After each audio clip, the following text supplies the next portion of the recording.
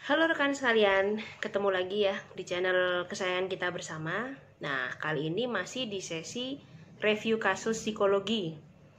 Oke teman-teman, seperti biasa di review kasus psikologi ini aku akan membacakan kiriman-kiriman persoalan, kiriman-kiriman sharing, dan lain sebagainya dari kalian semua, dari teman-teman kita di luar sana, yang tentunya nanti harapannya bisa jadi pembelajaran lah untuk kita.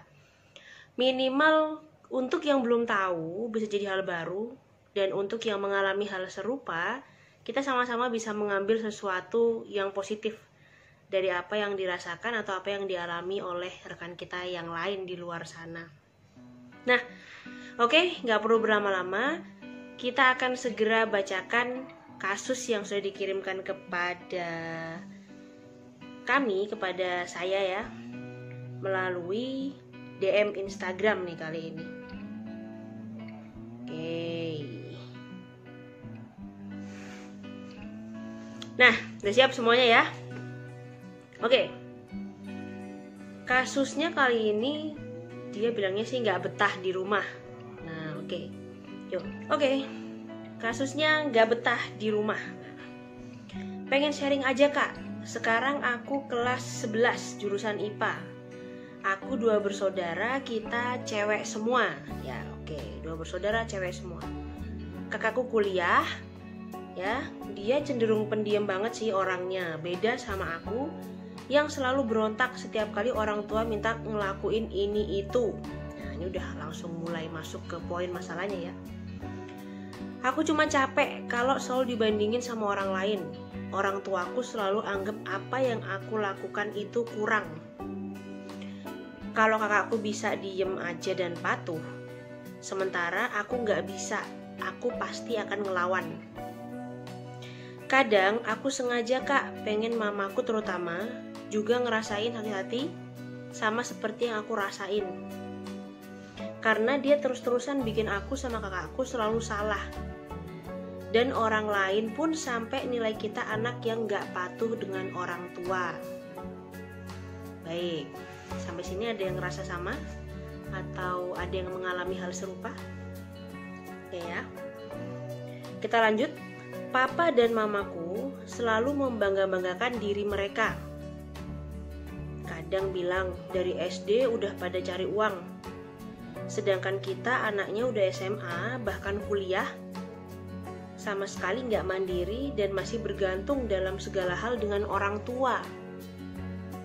Kadang aku pengen berontak. Aku pengen jawab, emang kalian kasih aku waktu buat kumpul sama teman-teman gitu? Emang kalian selalu support apa yang kita mau? Yang ada aku sama kakakku lah yang wajib ngelakuin semua kemauan orang tuaku. Meskipun kita sejujurnya gak pernah suka ngelakuin itu. Bahkan saat kita ngobrol berempat, aku gak bener-bener yakin papa sama mamaku mendengarkan apa yang aku dan kakakku sampaikan ke mereka. Jadi kalau keluarga lain bisa quality time, buat aku kumpul keluarga tuh semacam sesuatu yang menakutkan. Ya soalnya itu jadi akan ngorek kesalahan anak-anaknya dan jadi kesempatan buat orang tua untuk nyalah-nyalahin anak-anaknya, terutama di sini aku dan kakakku. Oh iya kak, gimana menurut kakak? Setelah lulus SMA, aku berencana keluar kota aja. Aku ngerasa gak sanggup lagi hidup di dalam keluarga yang toksik banget. Mereka ngerasa tahu tentang semua hal di hidup anak mereka, tapi kenyataannya yang ada adalah anak-anak mereka atau aku dan kakakku selalu disalahin. Dan sejak saat itu, nih ya, ini mungkin yang terjadi sama kita semua atau sama kalian semua di luar sana kalau ada di kondisi ini. Aku sama kakak jadi sering bohong. Tujuannya cuma satu kak, biar kita gak semakin dimarahin dan gak dijudge negatif sama orang tua. Tolong kasih saran. Oke, untuk kamu yang di sana ya, karena di sini emang gak menuliskan nama, cuman ada keterangan SMA kelas 11. Nah, kadang gini, di dalam hidup ini ya, yang aku pahami, hampir semua dari kita itu tuh pasti pernah merasakan dibanding-bandingin.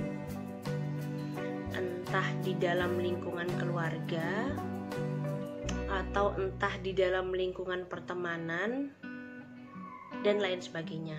Itu pasti terjadi sama kita. Bahkan aku pikir di dunia ini gak ada satupun orang yang gak pernah ngerasain, belum pernah dibandingin sama orang lain. Nah, kemudian saat istilahnya kita dibanding-bandingin, atau kita merasa bahwa kita tuh selalu dianggap salah dan dituntut melakukan sesuatu yang kita gak bisa, ya tentu saja yang pertama kali harus kamu lakukan adalah kamu harus paham dulu sama kelebihan dan kelemahan diri kamu sendiri, sehingga saat kamu dibandingin ya, kamu bisa menilai, oh hal itu bisa aku lakukan karena aku punya kapasitas lebih untuk mengadopsi perilaku-perilaku positif yang mungkin dibandingkan ke aku. Nah, namun kalau sekiranya hal-hal yang dibandingkan ke kamu itu membuat kamu sakit hati, atau membuat kamu drop ya, atau membuat kamu ngerasa ya salahnya, misalnya kayak ngelahirin aku ke dunia ini, yaitu bukan urusanku ketika aku jelek, yaitu adalah kesalahanmu karena kamu ngelahirin aku di dunia ini. Nah, itu cukup banyak kasus-kasus lain ya yang masuk konseling dengan kata-kata seperti itu. Kalau aku bilang nih, saat kamu ngerasain hal seperti itu, alangkah baiknya kamu memikirkan bahwa oke lah, itu adalah hak orang yang ngomong, itu adalah hak mereka yang mau berbicara seperti itu. Nah, tugas kamu adalah cukup dengan menghargai. Oh ya sudah, kalau di pikiranmu itu aku seperti itu, ya sudah, maka terima kasih, gak ada yang salah.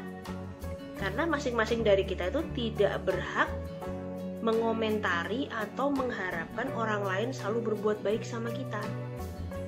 Nah, kalau kita masih hidup di dalam pemikiran atau di dalam lingkungan yang kita buat sendiri bahwa semua orang harus berbuat baik, maka terus-menerus kamu akan kecewa.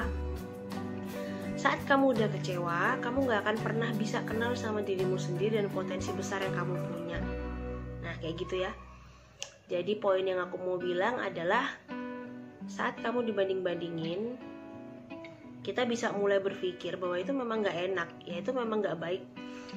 Dan jangan kita juga jadi orang yang melakukan hal itu kepada orang lain. Namun mengertilah bahwa di luar sana kita pun juga tidak akan pernah berhenti untuk dibandingkan. Ya, anggap aja ini latihan pelan-pelan gitu. Jadi selalu cari pemikiran lain atau second opinion, supaya hal-hal yang sekiranya membuat kita sakit hati atau membuat kita marah, itu malah justru menjadi sesuatu yang bikin kita jadi tahu bahwa ternyata aku tuh punya sesuatu yang orang lain anggap itu kelemahan. Misalnya kayak kamu masih bisa bertahan, kamu sejauh ini masih punya keinginan mau kuliah di tempat lain, kamu masih ada keinginan untuk deket sama orang tua meskipun banyak berbohong. Aku lihat itu adalah sisi-sisi positif yang sudah kamu lakukan dengan baik. Nah, tinggal kamu kembangkan.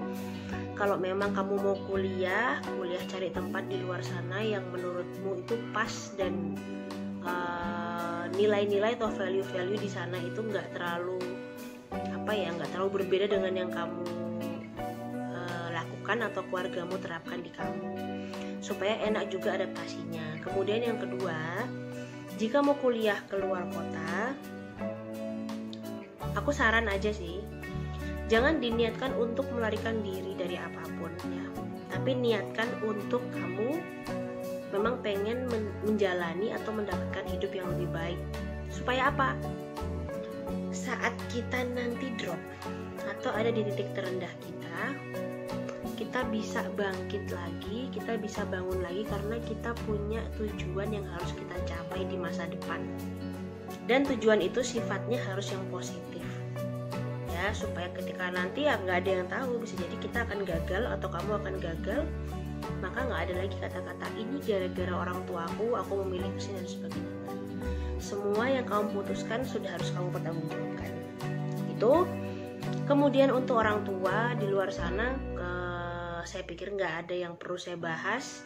Saat tadi mungkin ayah bunda atau bapak ibu membaca kisah ini, membaca kiriman cerita ini, pastilah ada hal yang bisa dipetik, ya, bahwa lebih baik kita menerima anak itu apa adanya, ketimbang kita menuntut mereka selalu perfect, selalu sempurna sesuai dengan yang kita mau, padahal mereka tersiksa secara lahir batin, katakan begitu.